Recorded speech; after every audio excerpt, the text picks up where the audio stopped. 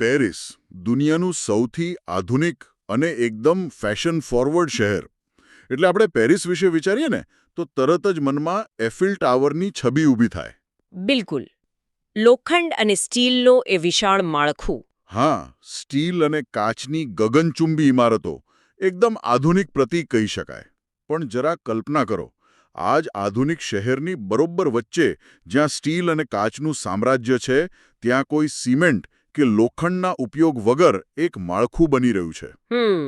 માત્ર હાથથી કોતરેલા પથ્થરોથી. સાચી વાત.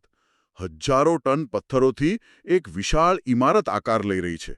અને એ પણ કોઈ સિંગલ સ્ટોરી નહીં, એક બહુમાળી અને ઊંચી ઇમારત. જુઓ, આ જ વિરોધાભાસ આ પ્રોજેક્ટને આટલો ખાસ બનાવે છે. એટલે એક તરફ ઔદ્યોગિક ક્રાંતિનું પ્રતીક અને બીજી તરફ સદીઓ જૂની પ્રાચીન નાગર સ્થાપત્ય શૈલી. વાહ! હા, પેરિસના હાર્દમાં આ બે સાવ અલગ અલગ દુનિયાનો અદ્ભુત સંગમ થઈ રહ્યો છે. અને આજના આપણા ઊંડાણપૂર્વક વિશ્લેષણનો હેતુ પણ આ જ અનોખા સંગમની પાછળનું વિજ્ઞાન અને ઇતિહાસ સમજવાનો છે. ચોક્કસ.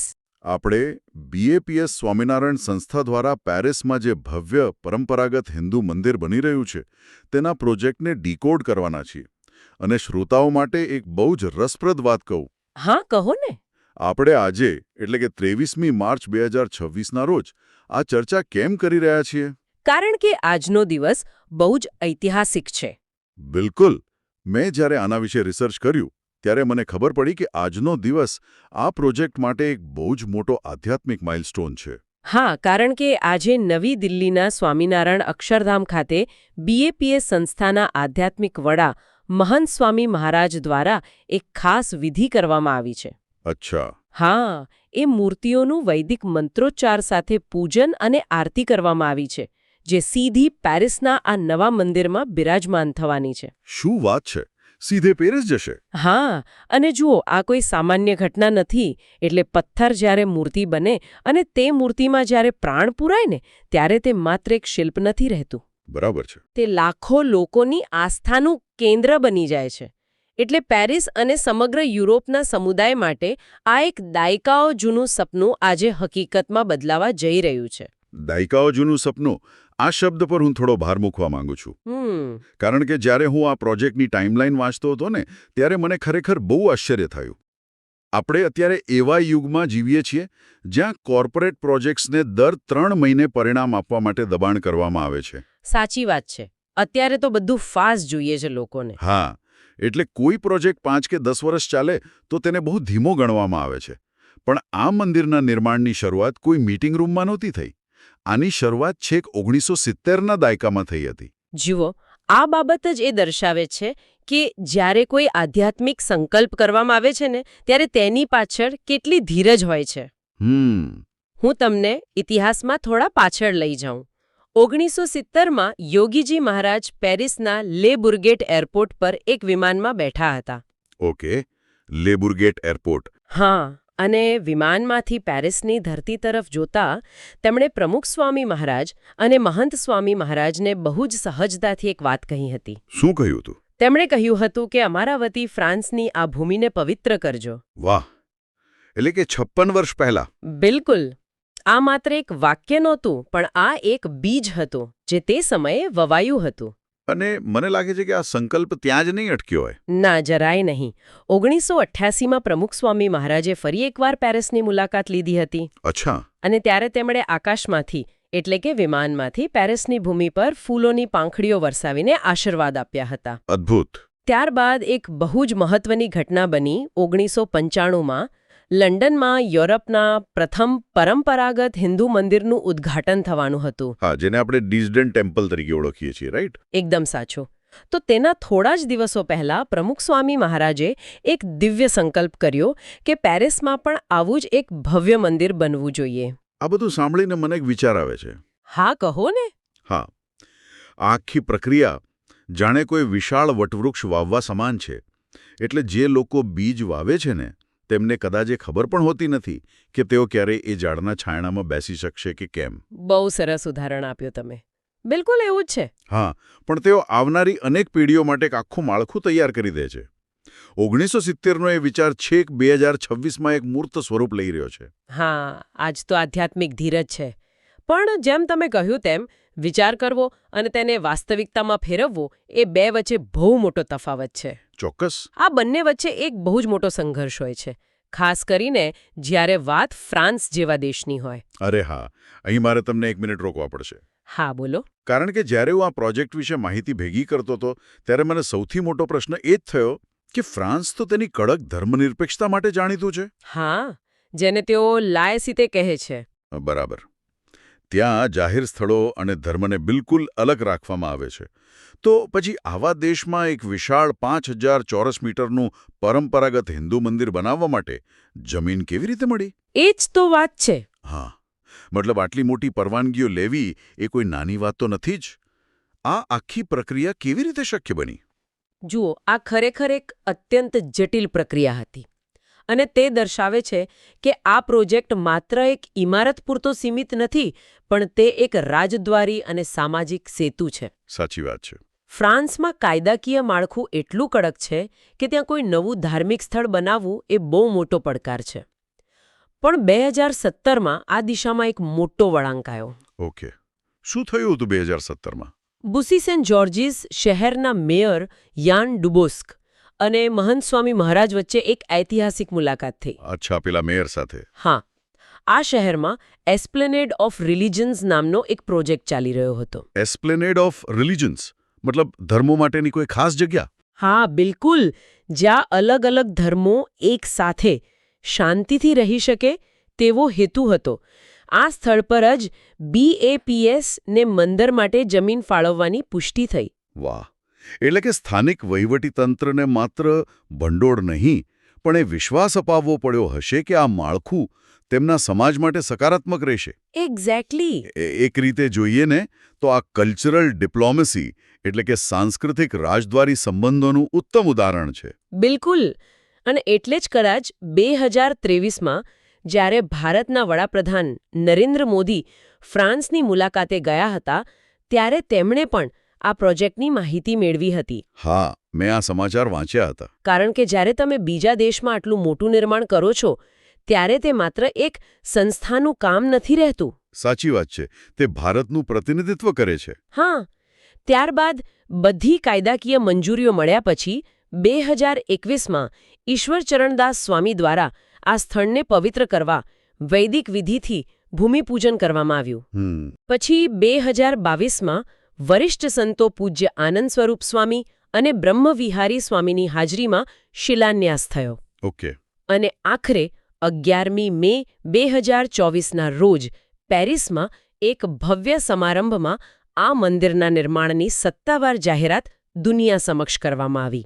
ઓકે, એટલે હવે જમીન મળી ગઈ અને મંજૂરીઓ પણ મળી ગઈ. હા. પણ હવે સૌથી રસપ્રદ ભાગ આવે છે, જેની આપણે શરૂઆતમાં વાત કરી હતી, સ્થાપત્ય કલા. હા, એ તો મારું સૌથી ફેવરેટ પાસું છે આ પ્રોજેક્ટનું. હા, કારણ કે જુઓ, પેરિસમાં જે જમીન મળી છે તે 5000 ચોરસ મીટરની છે. હવે આપણે ભારતમાં કે અન્ય દેશોમાં જે પરંપરાગત મંદિરો જોઈએ છીએ તે વિશાળ એકરમાં ફેલાયેલા હોય છે. બરાબર છે. અને સામાન્ય રીતે તે સિંગલ સ્ટોરી એટલે કે એક જ માળના હોય છે. પણ પેરિસમાં તો જગ્યાની બહુ મર્યાદા છે. હા, જગ્યા બહુ લિમિટેડ છે. તો પછી આટલા મોટા મંદિરના કોન્સેપ્ટને આટલી નાની જમીનમાં કેવી રીતે સમાવવામાં આવ્યો? જુઓ, આ જ તો આ પ્રોજેક્ટની સૌથી મોટી વિશેષતા અને ઇજનેરી કમાલ છે. સૌથી પહેલાં તો આ ફ્રાન્સનું પહેલું એવું હિન્દુ મંદિર છે જે સંપૂર્ણપણે પરંપરાગત પથ્થરોથી બની રહ્યું છે. ઓકે. તે પ્રાચીન નાગર શૈલીમાં આકાર લઈ રહ્યું છે. નાગર શૈલી એટલે પેલા ઊંચા શિખરોવાળી ડિઝાઇન ને? હા, બિલકુલ. નાગર શૈલી એટલે જેમાં ઊંચા શિખરો હોય છે અને ગર્ભગૃહની ઉપર એક ટાવર જેવી રચના હોય છે. આ માટે રાજસ્થાનથી ખાસ ગુલાબી પથ્થરો અને માર્બલ લાવવામાં આવ્યા છે. રાજસ્થાનથી પેરિસ? હા, અને રસપ્રદ વાત એ છે કે આ પથ્થરોને ભારતમાં કોતરીને પેરિસ મોકલવામાં આવે છે, જાણે કોઈ વિશાળ 3D પઝલ સોલ્વ કરવાની હોય ને એ રીતે. એક મિનિટ. તમે કહ્યું કે સંપૂર્ણપણે પરંપરાગત પથ્થરોથી બને છે. હા, બિલકુલ. હવે પરંપરાગત શિલ્પશાસ્ત્રના નિયમ મુજબ તો મંદિરમાં સ્ટીલ કે લોખંડનો ઉપયોગ થતો નથી. બધો જ આધાર પથ્થરના ઇન્ટરલોકિંગ સિસ્ટમ પર હોય છે, રાઈટ? સાચી વાત છે. પણ પેરિસનું આ મંદિર તો તમે કહ્યું એમ વર્ટિકલ આર્કિટેક્ચર એટલે કે બહુમાળી છે. ગ્રાઉન્ડ ફ્લોર, પ્રથમ માળ અને બીજો માળ. તો મને એ નથી સમજાતું કે સ્ટીલના માળખા વગર એક પથ્થર પર બીજો પથ્થર અને તેના પર શિખર આટલો બધો વજન કેવી રીતે સંતુલિત કરવામાં આવ્યો છે? હા, આ ખરેખર વિચારવા જેવી વાત છે. શું આનાથી વાસ્તુશાસ્ત્રના નિયમો નથી તૂટતા? બહુ જ સચોટ અને ટેકનિકલ પ્રશ્ન પૂછ્યો તમે. હું સમજાવું. સામાન્ય રીતે શિખરબદ્ધ મંદિરોનો બધો ભાર સીધો જમીન પર જાય છે. બરાબર. પણ જ્યારે તમે બહુમાળી મંદિર બનાવો છો ને, ત્યારે પથ્થર પર પથ્થરનો વજન સંતુલિત કરવો એક બહુ મોટો પડકાર બની જાય છે. હા, એ જ તો મારો સવાલ છે. અહીં ઇજનેરોએ શું કર્યું છે ખબર છે? તેમણે શિલ્પશાસ્ત્રના પ્રાચીન ગણિત અને આધુનિક લોડ બેરિંગ ટેકનોલોજીનો એક અદ્ભુત સમન્વય કર્યો છે. અચ્છા, કેવી રીતે? પાયાના સ્તંભોને વધુ પહોળા અને મજબૂત બનાવવામાં આવ્યા છે, જેથી ઉપરના માળ અને શિખરોનો વજન સીધો પાયા સુધી સુરક્ષિત રીતે પહોંચે. ઓહ વાહ! હા, અને આ દુનિયાનું પહેલું એવું પરંપરાગત હિન્દુ મંદિર બનશે જે આ રીતે બહુમંઝિલી હશે. આ આખી એન્જિનિયરિંગ પ્રક્રિયા સાંભળીને મને એક બહુ મસ્ત એનાલોજી યાદ આવે છે. હા, જણાવો ને. આ જાણે કોઈ હજારો વર્ષ જૂના પ્રાચીન સોફ્ટવેરને એકદમ લેટેસ્ટ અને મોડર્ન હાર્ડવેર પર ચલાવવા જેવું છે. વાહ, શું વાત છે! એકદમ સચોટ સરખામણી. હા, જુઓ, અહીં સોફ્ટવેર એટલે આપણા વાસ્તુશાસ્ત્ર અને શિલ્પશાસ્ત્રના નિયમો, જેમ કે કઈ દિશામાં ગર્ભગૃહ હોવું જોઈએ, પથ્થરોનું પ્રમાણભાન શું હોવું જોઈએ વગેરે. હા, બરાબર. અને હાર્ડવેર એટલે પેરિસની આધુનિક શહેરી જગ્યા, યુરોપના પેલા કડક સેફ્ટી કોડ્સ અને આ બહુમાળી સ્ટ્રક્ચર. આ બંનેને ભેગા કરવા એક ખરેખર બહુ મોટી વાત છે. આ બધું મેનેજ કેવી રીતે થયું હશે? તમારી આ એનાલોજી ખરેખર બહુ ડીપ છે, કારણ કે જ્યારે તમે યુરોપમાં કોઈ પબ્લિક બિલ્ડિંગ બનાવો છો ને, ત્યારે તમારે આધુનિક સુવિધાઓ આપવી જ પડે છે. એના વગર મંજૂરી જ ના મળે. હા, નિયમો બહુ કડક હોય છે ત્યાં. બિલકુલ. Fire safety, modern lighting, air conditioning એટલે કે HVAC સિસ્ટમ્સ અને ખાસ કરીને વૃદ્ધો કે દિવ્યાંગો માટે લિફ્ટ. અરે હા, લિફ્ટ તો જોઈએ જ. હવે વિચાર કરો, એક તરફ તમારી પાસે બારીકાઈથી કોતરેલા પથ્થરના સ્તંભો છે, જેમાં પ્રાચીન દેવી દેવતાઓની મૂર્તિઓ છે. અને બીજી તરફ તમારે તેમાંથી લિફ્ટની કેબલ અને લાઇટિંગના વાયરો પસાર કરવાના છે, અને એ પણ વાસ્તુશાસ્ત્રનો ભંગ કર્યા વિના. ઓહ બાપરે! એટલે કે પ્રાચીન સૌંદર્ય પણ જળવાઈ રહે અને આધુનિક સુવિધાઓ પણ દેખાય નહીં એ રીતે છુપાવવી પડે. બરાબર. આ સોફ્ટવેર ક્રેશ ન થાય ને તેનું પૂરું ધ્યાન રખાયું છે. ઇજનેરોએ પથ્થરના વિશાળ સ્તંભો અને દિવાલોની વચ્ચે એવી કોર એટલે કે ખાલી જગ્યાઓ ડિઝાઇન કરી છે, જ્યાંથી આધુનિક વાયરિંગ અને સિસ્ટમ્સ પસાર થઈ શકે. અચ્છા, એટલે અંદરથી બધું વાયરિંગ જાય પણ બહારથી પથ્થર જ દેખાય. હા, બહારથી જોનારને માત્ર પ્રાચીન ભારતીય સ્થાપત્ય જ દેખાય.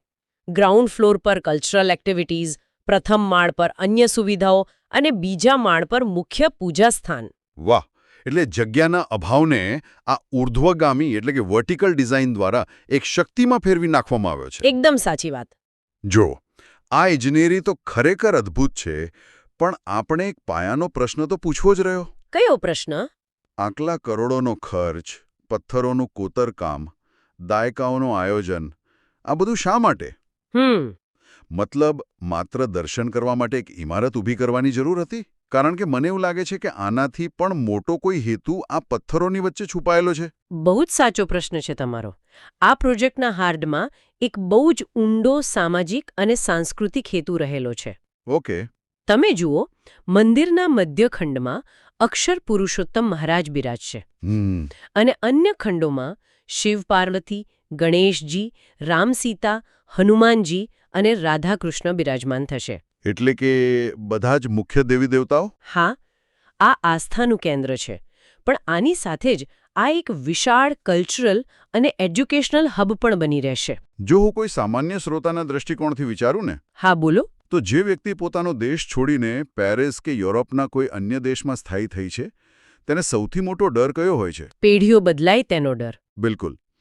ડર એ વાતનો હોય છે કે તેની આવનારી પેઢી, તેના બાળકો પોતાની મૂળ ભાષા, પોતાના સંસ્કાર અને પોતાની ઓળખ ક્યાંક ભૂલી જશે. સાચી વાત છે. રોજબરોજની દોડધામ અને એક અલગ જ પાશ્ચાત્ય સંસ્કૃતિની વચ્ચે પોતાના મૂળિયા સાથે જોડાયેલા રહેવું ખરેખર ખૂબ જ મુશ્કેલ બની જાય છે. અને આ જ ડરનો ઈલાજ આ નવું મંદિર છે. અચ્છા? હા, આ માત્ર પૂજા સ્થળ નથી. આ એક આઇડેન્ટિટી પ્રિઝર્વેશન સેન્ટર એટલે કે ઓળખ જાળવી રાખવાનું કેન્દ્ર છે. બરાબર. આ બહુમાળી કોમ્પ્લેક્સમાં એક વિશાળ કલ્ચરલ હોલ હશે. ત્યાં બાળકો અને યુવાનો માટે સંસ્કૃત અને ગુજરાતી ભાષાના વર્ગો ચાલશે. ઓ વાહ! એટલે ભાષા પણ જળવાઈ રહેશે. હા, અને એટલું જ નહીં, ભગવદ્ ગીતા, રામાયણ અને મહાભારત જેવા ગ્રંથોનું જ્ઞાન આપવામાં આવશે. ભજન, કીર્તન અને ભારતીય શાસ્ત્રીય સંગીત પણ શીખવવામાં આવશે. એક રીતે કહીએ તો આ વિદેશની ધરતી પર ભારતનું એક જીવંત લઘુચિત્ર બની જશે. બિલકુલ, મિનિએચર ઇન્ડિયા કહી શકો તમે. એટલે કે આવનારી પેઢીઓને એ ખબર પડે કે તેઓ ક્યાંથી આવે છે અને તેમનો ઇતિહાસ શું છે. સાચી વાત. પણ જુઓ, ફ્રાન્સમાં તો બહુ મોટી સંખ્યામાં ફ્રેન્ચ લોકો પણ છે. તો શું આનો લાભ માત્ર ભારતીય કે હિન્દુ સમુદાય પૂરતો જ મર્યાદિત રહેશે? બહુ જ અગત્યનો મુદ્દો ઉઠાવ્યો તમે. જ્યારે આપણે આ પ્રોજેક્ટને મોટા ચિત્ર સાથે જોઈએ છીએ ને, ત્યારે સમજાશે કે આ ફ્રેન્ચ સમાજ માટે પણ એક ભેટ સમાન છે. અચ્છા, ફ્રેન્ચ લોકો માટે કેવી રીતે? આજે આખી દુનિયા માનસિક તણાવ, ભાગદોડ અને અશાંતિમાંથી પસાર થઈ રહી છે. ફ્રેન્ચ લોકો ભારતીય આધ્યાત્મિકતા તરફ ખૂબ જ આકર્ષિત છે. હા, એ તો મેં પણ વાંચ્યું છે કે યોગ અને ધ્યાનનું ચલણ ત્યાં બહુ વધ્યું છે. બિલકુલ. આ મંદિરમાં યોગ અને ધ્યાનના નિયમિત વર્ગો યોજાશે. આયુર્વેદના સિદ્ધાંતો અને આંતરિક શાંતિનો સંદેશ ફ્રેન્ચ સમાજ સુધી પહોંચશે. વાહ, આ તો બહુ સારો વિચાર છે. હા, અને જુઓ, BAPS દ્વારા લંડન, ટોરોન્ટો, હ્યુસ્ટન, નૈરોબી અને તાજેતરમાં અબુધાબીમાં જે ભવ્ય મંદિરો બન્યા છે, તેની જ શૃંખલામાં આ પેરિસનું મંદિર એક નવું રત્ન છે. બરાબર છે. જે પૂર્વ અને પશ્ચિમની સંસ્કૃતિઓને જોડતો એક મજબૂત સેતુ બનશે. આ બધું સાંભળીને મને 2026ના એ દિવસોની કલ્પના આવે છે, જ્યારે આ મંદિર સંપૂર્ણપણે તૈયાર થઈ ગયું હશે. હા, એ દિવસો હવે બહુ દૂર નથી. બિલકુલ. અને આપણી પાસે જે માહિતી છે તે મુજબ 2 સપ્ટેમ્બર 2026થી 14મી સપ્ટેમ્બર 2026 દરમિયાન પેરિસમાં ફેસ્ટિવલ ઓફ કલ્ચર નામનો એક ભવ્ય મહોત્સવ ઉજવાશે. હા, અને આ જ સમય દરમિયાન મહંત સ્વામી મહારાજ દ્વારા મંદિરમાં મૂર્તિ પ્રાણ પ્રતિષ્ઠા પણ કરવામાં આવશે. વાહ! આ 2 અઠવાડિયા દરમિયાન પેરિસ માત્ર ફેશનનું નહીં પણ ભારતીય સંસ્કૃતિનું પણ કેન્દ્ર બની જશે. એટલે આખું યુરોપ ત્યાં ભેગું જશે એમને? હા, યુરોપના અલગ અલગ દેશોમાંથી અને વિશ્વભરમાંથી લાખો લોકો આ ઐતિહાસિક ક્ષણના સાક્ષી બનવા માટે ઉમટી પડશે. આ ફક્ત એક સંસ્થાનો ઉત્સવ નહીં રહે. સાચી વાત છે. આ સમગ્ર વૈશ્વિક ભારતીય સમુદાય માટે ગર્વ લેવા જેવી એક બહુ મોટી ઘટના હશે. જુઓ, આજના આ માહિતીના અતિરેકવાળા યુગમાં આપણા શ્રોતાઓ માટે આ બધી વિગતો પાછળનો મુખ્ય સાર શું છે? આ બધું જાણવું કેમ આટલું પ્રસ્તુત છે?